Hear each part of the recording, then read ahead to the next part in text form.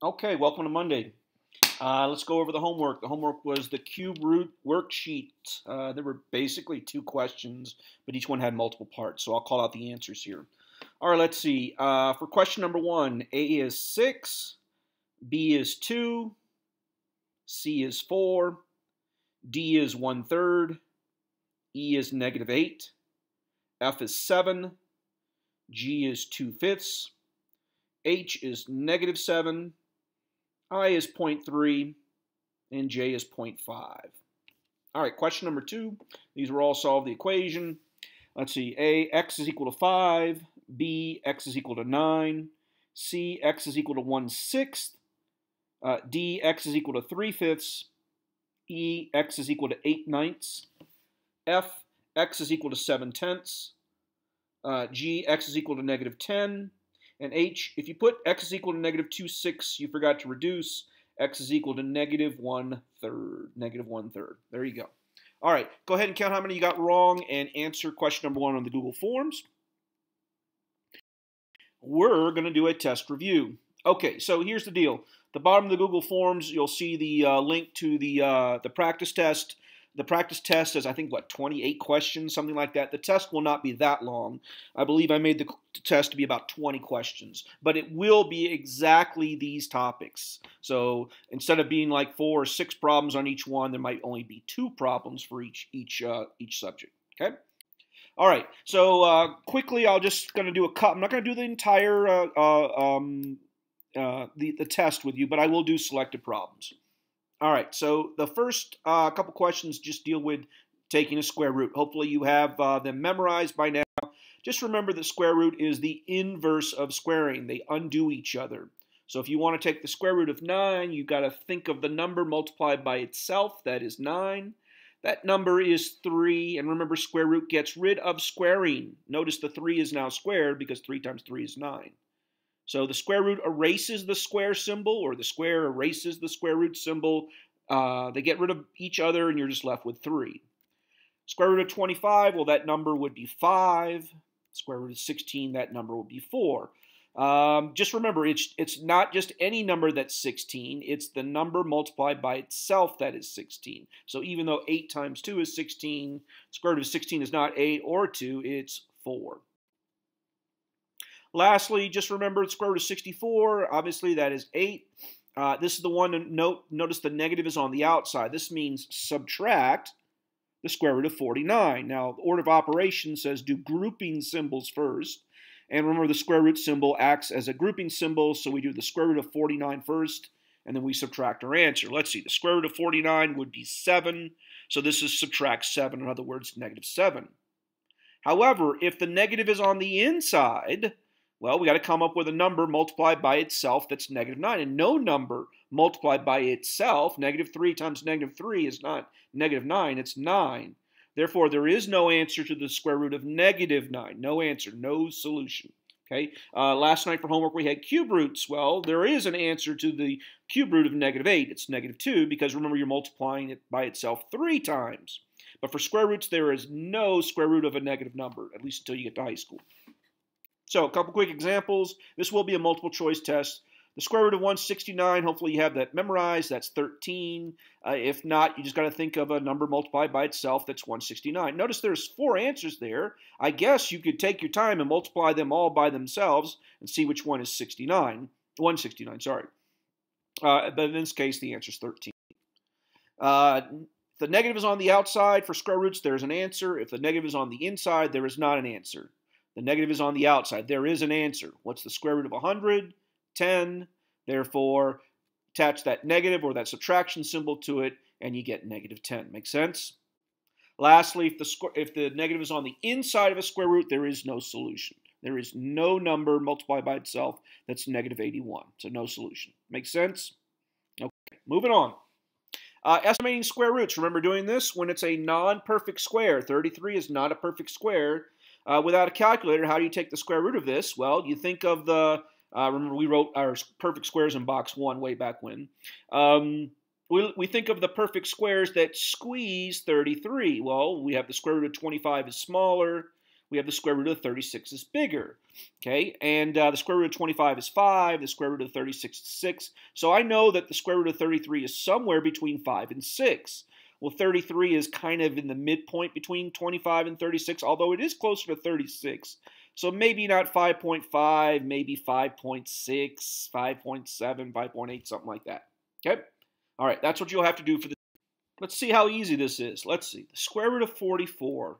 Well, the two perfect squares that squeeze the square root of 44 would be 36 and 49. Okay. Square root of 36 is 6. The square root of 49 is 7. So it's somewhere between 6 and 7. Let's look at our answers. If you're lucky, there'll be one number that's 6 point something. Well, in this case, it's 2. There's 2. There's 6.9 and 6.6. So let's see. If the answer was 6.9, that would mean you're really, really, really close to 49. Notice 44, well, it's not really close. It's close, but I mean, the square root of 48 would be really close to the square root of 49. That might be 6.9. So just by process of elimination, you can see that the answer has got to be 6.6. Okay? Let's see another one. This is number 6 on the practice test. Square root of 142. So let's see, 121. My animation's out of order here. 121 and 144 are the ones that squeeze it. Notice 142 is really close to 144. So this one has got to be between 11 and 12, closer to 12. In other words, about 11.9. Okay, the next thing we did was Pythagorean Theorem. Remember, the Pythagorean Theorem deals with right triangles. You see the little square there? Always find the little square first. The side opposite, this is critical. The side opposite, not adjacent, not next to, not touching, but the side opposite the square is your C value. The other two sides are your A and your B. It doesn't matter which one you choose for A or B, but it is critical that C is the side that is opposite. Okay, we call C the hypotenuse, we call A and B the legs. And the Pythagorean theorem says if you square both of the legs and then add, that will equal the square of the hypotenuse. Okay. So how does this work? Here's a right triangle. I know it's right because it's a little square. I look for the side that is opposite the square. That's going to be my C value. Well, here there's nothing there, so that's what I will be solving for. We plug the values into the Pythagorean theorem. The two legs were 3 and 4, so 3 squared plus 4 squared, and that will equal the hypotenuse squared, C squared. 3 squared is 9, 4 squared is 16, that's 25. The square root of both is 5. Make sense? All right. How about if we know the hypotenuse? Look, I know the hypotenuse is 13 now. What I don't know is one of the legs. Call it B. You could call it A as well. I'm still going to throw the values in. I'm still going to square 12 and 13. That's 144 and 169. But notice algebraically, my next step would be, well, I'm not going to take the square root. I'm going to subtract 144 from both sides. 169 minus 144 is 25. Yeah, I picked the same numbers. And then we take the square root of both sides. We get 5 again. So don't think all the answers are 5. All right, let's do one. This is number 10 on the practice test. What are we missing? A leg or a hypotenuse? Find the square. Look to the side opposite the square. That's your C value. Here, there's nothing there. We're missing C. So we're missing C. I have A and B. Square both of those. Add. Take the square root. With your calculator, you can use a calculator on these. The square root of 218 is about 14.8. Notice that's answer B. Okay, so that's how you solve for the hypotenuse. Let's look at one where we're solving for the leg. You're like, wait a minute, we're missing the hypotenuse. No. Look at this one. See the square? Look to the side opposite the square. The triangle could be twisted or turned. In other words, on this particular one, 8 is actually the hypotenuse, even though it's on the bottom, because it's the side that's opposite the right angle there. See the right angle, the little square, the side that's opposite, it's 8. That's your C value. So I have C and I have, well, either A or B, depending upon what you want to use. I'll use that 4 as being the B value. Now look how these are done. Let's see. 4 squared is 16, 8 squared is 64. Subtract 16 from both sides. Take the square root of both, and we get 6.9. Notice the answers are far enough apart that it's pretty easy to see the answer there. All right, The next thing I asked you, if you remember way back when, we haven't done this a while, is I give you three values and I say, can these three values form a right triangle? Here's an example. Notice there's three values there, A, B, and C. Well, it already tells us what C is. It's 29. Well, let's see if that actually works. It already tells us, remember the long side is always your C value. So we throw those values in and we see if it works. Well, with a calculator, this isn't too bad. We simply square those numbers. We add 400 and 441, and in fact, we do get that. So these three values do, in fact, form a right triangle. The answer here would be yes. What would it look like if the answer is no? Well, there's your three values, A, B, and C. Plug them into the Pythagorean Theorem, A, B, and C. Square all those numbers. Add and see if the left side equals the right side. Notice in this case, it doesn't, so this one is one where, okay, those three values may form a triangle, but it certainly doesn't form a right triangle. Okay, understand? Okay. The next one, in my opinion, probably is the hardest one. It's the similar triangle one. I'm going to give you two triangles. They will not be right triangles. I'm going to give you two triangles and ask you to find that missing side there. All right, look at number 17 on the practice test. All right. Step number one is you got to be able to flip these triangles around in your brain in order to understand which side goes with which side. Notice, those triangles are not lined up. I got to take one of those triangles and what? Rotate it 180 degrees, right? Or flip it horizontally. I think flip it horizontal would be the easiest one. All right, so where is the unknown side? The unknown side is X there, and that's on the little triangle. So like I said, I'm a creature of habit. I always put the X on the top. So I'm going to do small triangle over big triangle. So on the big triangle, which side matches up with the X? Well, remember, your first step was to match the two triangles up, and notice that X matches with 8. Can you see that? All right, now we're going to go back to the original triangle, the small one, and pick either one of the two sides, 7 or 4. For me, I always pick the smallest of the two sides, so I'm going to pick 4. Just makes the math a little bit easier. Which side of the bigger triangle matches up with 4? That's right, the bottom, which is 8. So there's my proportion that I'm going to solve. I just cross multiply. X times 8 is 8x. 8 times 4, that would be 32. Divide both sides by 8. Am I going too fast? Rewind. Therefore, x is equal to 4. That's answer B. Make sense? The hardest part of this process is simply understanding how the two triangles line up. We're matching it so they both look alike. Now, obviously, you're going to have a small triangle and a big triangle. So once again, notice they don't match up. This one, we got to do two things, right? We got to turn it and flip it as well. But I think this one's a little bit easier to see which sides match up.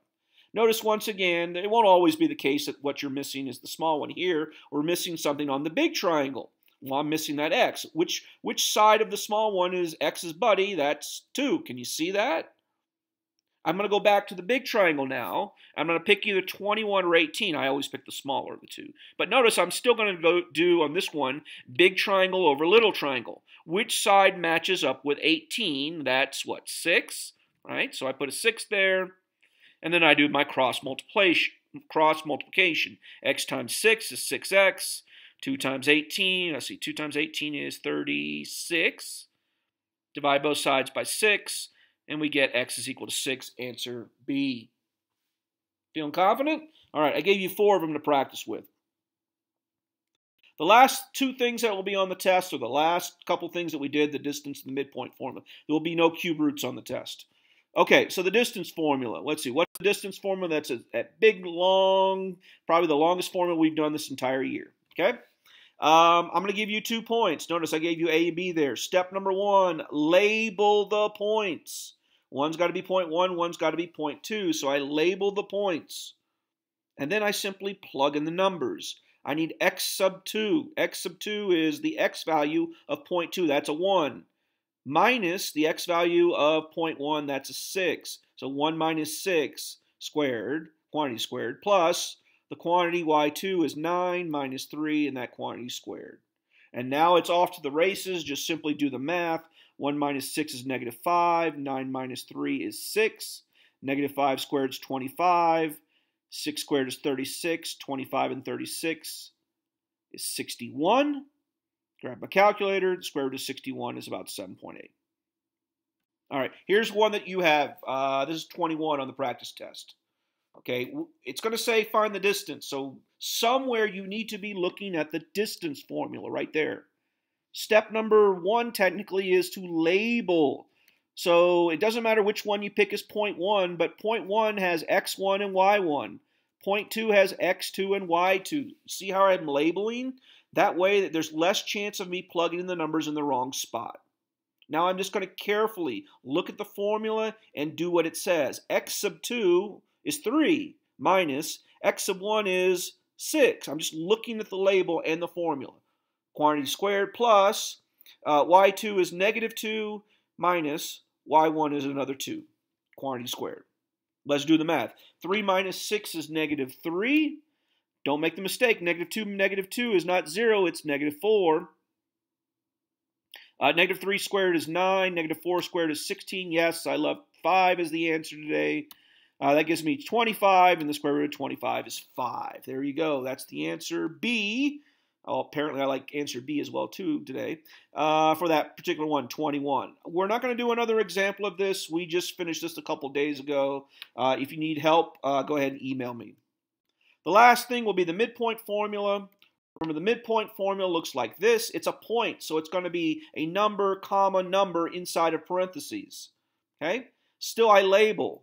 But this time, I'm not squaring, I'm not subtracting, I'm not taking the square root. I'm simply adding and dividing by 2. But I'm still going to label so I don't mess this up.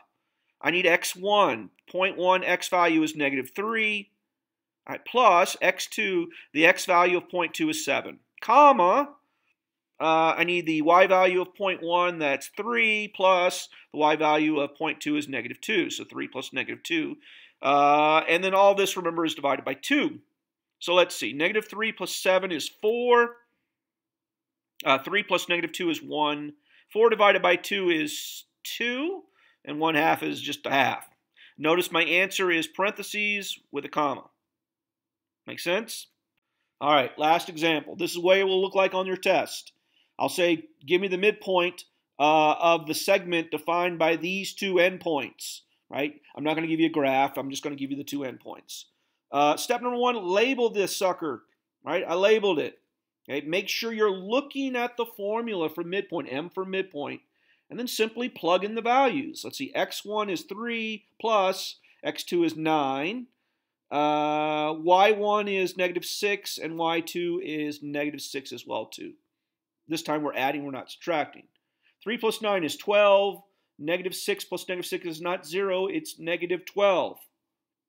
12 divided by 2 is 6, and negative 12 divided by 2 is negative 6. Therefore, yes, once again, the answer is B. Cool? All right, that is everything that will be on the test. So do the worksheet. Don't be lazy. Don't say, I'll fail this one and I'll take a retest. The retest is going to be the same stuff.